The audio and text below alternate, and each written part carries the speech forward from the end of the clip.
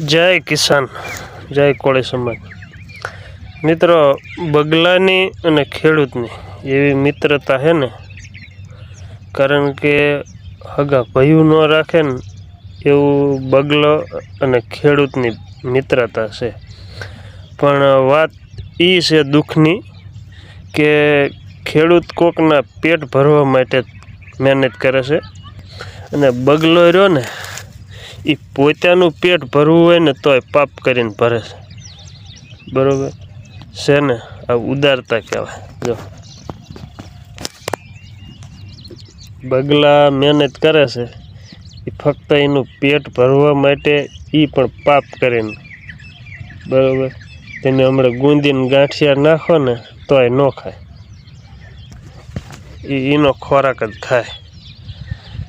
એટલે આ આપણે આટલા પાપ કહેવાય ખેડૂતના, કે આપણે આટલાના હજારો લોકોના પેટ ભરી છે